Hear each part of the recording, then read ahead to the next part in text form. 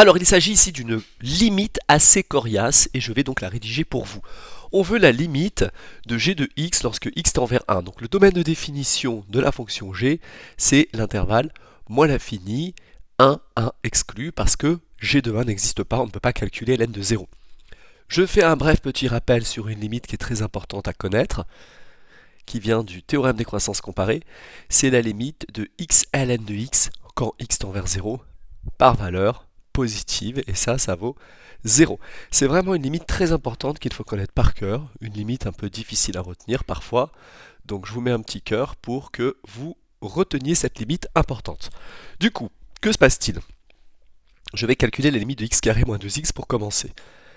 Limite de x carré moins 2x quand x tend vers 1 en étant plus petit que 1, en fait, peu importe, c'est 1 moins 2, c'est égal à moins 1. Peu importe, plus petit que 1 ou plus grand que 1, même si évidemment on est plus petit que 1, dans la mesure où le domaine de définition c'est moins l'infini 1. Maintenant je m'intéresse à la limite de 1 moins x fois ln de 1 moins x lorsque x tend vers 1 en étant plus petit que 1.